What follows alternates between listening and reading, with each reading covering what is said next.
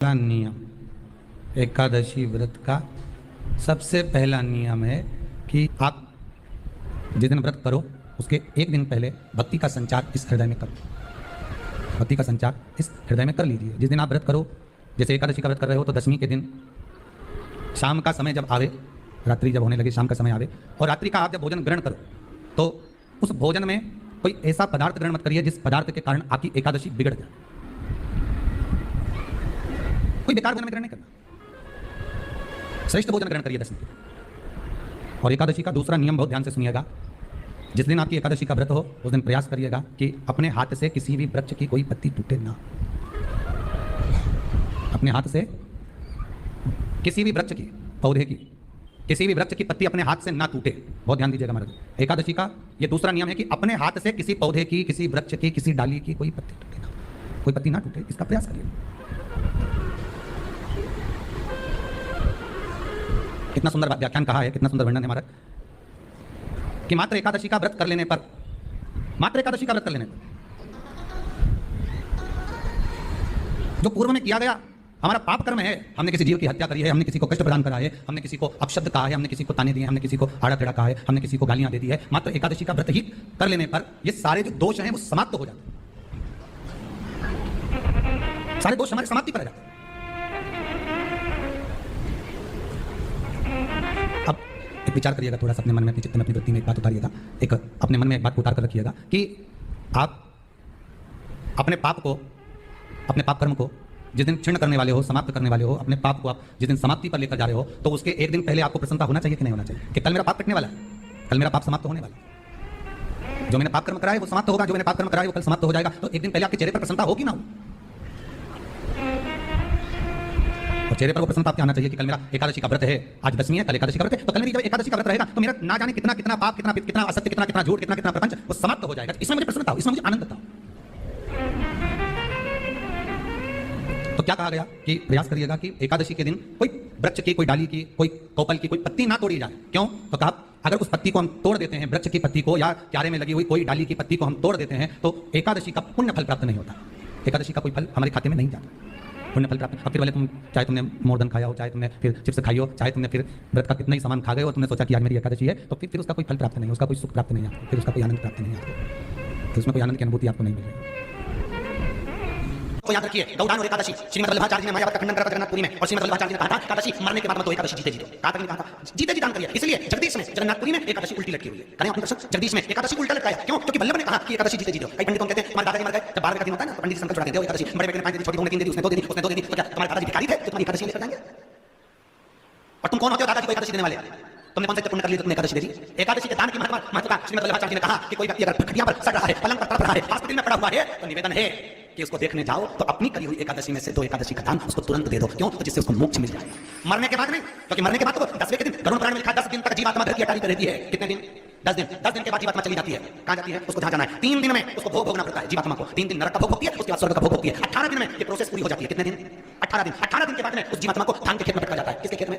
धान के, चावल के खेत में। इसलिए कहते हैं एकादशी के दिन चावल मत खाओ। कहते नहीं कहते? और क्या कहते हैं? द्वादशी के दिन चावल खाना जरूरी है। एकादशी का पालना करना है तो द्वादशी को चावल का एक रस खाओ, तब द्वादशी को चावल खाओगे तो एकादशी लगेगी। चावल नहीं खाओगे तो एकादशी नहीं लगेगी। द्वादशी को चावल खाना जरूरी है। क्यों कहते हैं? क्योंकि धान के खेत में जीव को छोड़ा जाता है, उस धान के खेत में, चावल के खेत में जीवात्मा रहती है, उसको चिड़िया खाती है तो चिड़िया के रूप में जन्म लेता है, मनुष्य खाता है तो मनुष्य के रूप में जन्म लेता है। इसलिए एकादशी के दिन चावल नहीं खाया जाता, क्योंकि एकादशी के दिन चावल खाएंगे तो जीव हत्या का दोष लग जाएगा। फिर कब खाना? द्वादशी के दिन। द्वादशी के दिन क्यों खाया जाता है? क्योंकि हम एकादशी के व्रत कर देते हैं और पहला घसा जब चावल का खाते हैं तो अपनी करी हुई एकादशी का पुण्य जितने जीव हमारे मुंह में जाते हैं उनको उसका पुण्य मिल जाता है और उनका जन्म नहीं होता, उत्तर जाते हैं, उनको एकादशी का भाग मिल जाता है। इसलिए कहते हैं एकादशी को चावल मत खाओ पर द्वादशी को 10 दिन तक जीवात्मा है और आपने एकादशी का दान दिया। बोलो जन क्या? 12वें के दिन, 13वें के दिन आपने एकादशी का दान दिया, वो मिली उनको? अरे बोलो अच्छे से। कई तो अभी तक कर रही होगी, हमारे दादाजी के लिए कर रहा है, कर ले। फिर वही वाली बात आ गई, गुलाब के फूल में पानी जारी है। एकादशी के दिन शंकर भगवान को चावल का दाना चढ़ाना चाहिए कि नहीं चाहिए?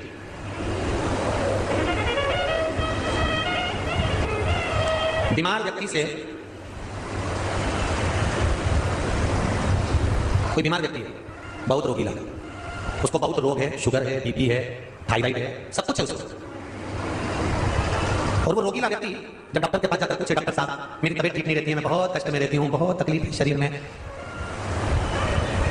और अभी सावन का महीने का व्रत आ रहा है, डॉक्टर साहब 1 महीना में व्रत करती थी, ले ले करूं कि नहीं करूं? तो डॉक्टर साहब क्या बोलेंगे? बोलते जाओ जरा जम के। डॉक्टर बोलेगा क्या व्रत मत करो? डॉक्टर एक बात कहेंगे, शरीर स्वस्थ रखना है, व्रत बाद में हो जाएगा, अगले वर्ष कर लेना, पर अभी शरीर को सही रखने के लिए दोनों समय अच्छे पेट भरकर सात्विक भोजन करो और अपने शरीर को ठीक करो। सात्विक भोजन करो, अपने शरीर को, व्रत बाद में भी हो जाए, अगले वर्ष हो जाए।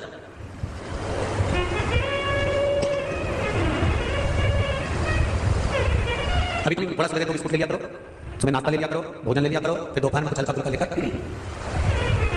थोड़ी थोड़ी देर में खाते रहना चाहिए। हो थोड़ा थोड़ा खाओ, थोड़ी थोड़ी देर में खाओ, एक साथ सुरसा जैसे मत निपटा जाए, थोड़ा। ज्यादा खाओगे और ज्यादा कमाओगे तो दूसरों को कष्ट नहीं होगा, कष्ट खुद को होगा। ज्यादा खाओगे अपाच्य हो जाएगा, रात की नींद उड़ जाएगी, शरीर में अच्छा नहीं लगेगा। ज्यादा कमाओगे रात की नींद उड़ जाएगी, दुनिया की दृष्टि तुम पर पड़ जाएगी और तुम्हारी रातों के नीचे। कमाओ भी उतना जितना खर्च कर सको और खाओ भी उतना जितना बचा सको, अति सर्वस्व वर्जक। डॉक्टर कहेंगे कि तुम्हारा व्रत अगले साल कर लेना, इसका मतलब साल तो आराम से भोजन करो, तुम लोग बढ़िया प्रेम से खाओगे। तो उसी तरह किसी ने पूछा कि चावल का दाना एकादशी पर भगवान शंकर को चढ़ा सकते, चावल का दाना शंकर जी को चढ़ाते क्यों है, पहले तो वो समझ लो। बेलपत्री का तो आपको बताया कि बेलपत्री शिव जी को क्यों चढ़ाई जाती है, कहीं रोग के लिए, बीमारी के लिए, कहीं किस कार्य के लिए, कहीं कोई कार्य के लिए, कहीं कोई कार्य के लिए। चावल का दाना अगर शंकर भगवान को चढ़ाते तो क्यों चढ़ा, उसका कारण क्या है? चावल का दाना शिव को चढ़ाने का केवल एक कारण रहता है कि चावल को अक्षत कहते हैं। अक्षत का मतलब होता है अक्षय, उसका मतलब क्या होता है? अक्षय, जिसका कभी क्षय ना हो। जब हम भगवान शंकर को चावल का दाना चढ़ाते हैं, जैसे बहुत ध्यान दीजिएगा, हमारे को समझने वाली बातें बहुत ध्यान से। चावल का दाना हमारे मस्तक पर तिलक करने के बाद पंडित जी क्यों लगाते हैं कि भगवान जैसा समय आज चल रहा है, आप पूजन कर रहे हो, पाठ कर रहे हो, दान कर रहे हो, पुण्य कर रहे हो, सत्कर्म कर रहे हो, भजन कर रहे हो, मेरा देव देव महादेव, मेरा नारायण, मेरा सत्यनारायण भगवान, मेरा राम जी, मेरा विष्णु जी, मेरा भगवत मैया, मेरी रामायण मैया, ब्राह्मण मस्तक पर तिलक लगाने के बाद चावल इसलिए लगाता है कि जैसा समय आज चल रहा है, भगवान तुमको ऐसा ही समय बनाकर रखे और तो ऐसे ही चांद लगाते रहो, संकीर्तन करते रहो, इसलिए मस्तक पर चावल का दाना लगाया है। कोई मर जाता है, मरने के बाद जब तक पगड़ी नहीं होती तब तक माथे पर तिलक चावल का दाना लगाया जाता है। जम के बोल रहा नहीं लगाते। किसी पंडित जी से पूछो, ब्राह्मण देवता से पूछो, ब्राह्मण देवता ये नहीं, कोई मर गया पर हमारा तो नियम है कि हम सिर पे तिलक लगाते हैं, चावल लगाते हैं, या पंडित जी से तिलक लगाते हैं, मंदिर जाते हैं तो मंदिर में जाके तिलक लगा के हम चावल का दाना लगाते हैं। क्यों नहीं लगाते? उसका कारण क्या है? जब किसी के मरने के बाद 10 दिन तक 12 दिन तक मस्तक पर तिलक क्यों नहीं लगाया जाता, 10-12 दिन तक माथे पर तिलक या चावल क्यों नहीं लगाया जाता? उसका कारण है कि ये जो समय आया है, तुम्हारे यहाँ जो कमी हुई है, तुम्हारे यहाँ मर गया है, तुम्हारे यहाँ किसी के प्राण छूट गए हैं, तो ब्राह्मण इसलिए तिलक नहीं लगाता आपको, इसलिए चावल का दाना नहीं लगाता कि ऐसा दिन भगवान अब ना लाए, इसको अमर न करे, इसको अक्षय न करे, इसको प्रबल न करे। और जब चावल का दाना, तो यहाँ शिव महापुराण की कथा करी, चावल का दाना शिव जी को क्यों चढ़ाते हैं, भगवान को क्यों समर्पित करते हैं, भगवान की पूजन में अक्षत क्यों समर्पित करते हैं, चावल क्यों समर्पित करते हैं, उसका कारण क्या है? तो कहा आज मैंने जब चावल का दाना आपको समर्पित करा है, जिस भाव से, जिस विश्वास से, जिस श्रद्धा से, जिस मन से मैं आपको रिझा रही हूँ, हे भोलेनाथ मेरी ये मनोकामना पूर्ण कर, इसको अक्षय कर देना, इसको अमर कर देना, बस इतनी कृपा आप कर। अब किसी ने पूछा एकादशी के दिन चावल चढ़ाए कि नहीं चढ़ाए, तो यहाँ तो सीधी सीधी बात है, बीमारी देखकर थोड़ी ना आती है कि नवरात्र चल रहा है कि सावन का संबंध चल रहा है, बीमारी तो बीमारी। तुम चावल मत खाओ। तिरुपति कौन कौन गया? हाथ उठाओ, ठीक है। जगन्नाथ जी कौन कौन गया? हाथ उठाओ, हाँ ठीक है। द्वारका जी कौन कौन गया? हाथ उठाओ, ठीक है। बद्रीनाथ कौन कौन गया? हाथ उठाओ, ठीक है। एकादशी के दिन कभी तुम बद्रीनाथ चले जाओ, एकादशी के दिन तुम द्वारका चले जाओ, एकादशी के दिन तिरुपति चले जाओ, एकादशी के दिन तुम जगन्नाथ चले जाओ, एकादशी के दिन तुम तुम्हारी मर्जी पड़े भगवान के किसी धाम में चले जाओ और भगवान को भोग लगाओ और उनकी थाली को झांक कर देखना, उसमें चावल जरूर मिलेगा। उसमें ऐसा नहीं है कि चावल नहीं। बद्रीनारायण में भगवान को चावल का भोग लगा हुआ मिलेगा, द्वारका में चावल का भोग लगा हुआ मिलेगा, आपको जगन्नाथ में चावल का भोग लगा हुआ मिलेगा, तिरुपति में मिलेगा, द्वारकाधीश में मिलेगा, नाथद्वारा में मिलेगा, सावरिया सेठ में मिलेगा, काकोली जी में मिलेगा। आप जहां जाओगे वहां पर एकादशी के दिन भगवान को चावल आएगा, क्योंकि भगवान के लिए प्रेरित नहीं है जो काम में डूबा हुआ है, जो आसक्ति में डूबा हुआ है, जो लोभ में डूबा हुआ है, जो वासनाओं में डूबा हुआ है, जो तृष्णा में डूबा हुआ है और जो माता के गर्भ से जन्म लिया है। एकादशी के दिन चावल उसको नहीं खाना। बहुत सुंदर संवाद है, ध्यान दीजिएगा।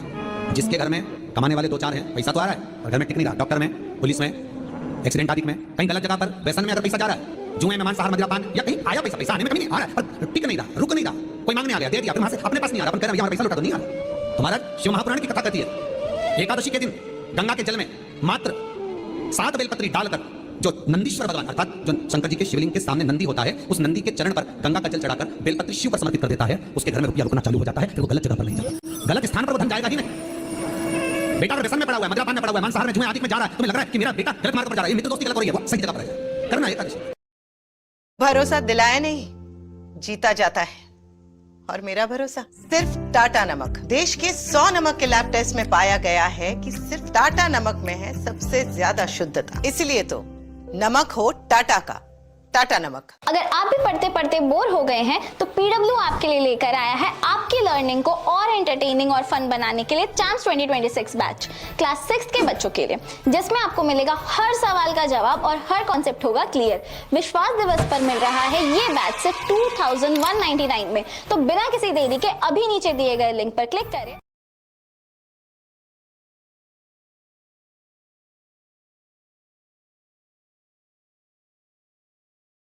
है।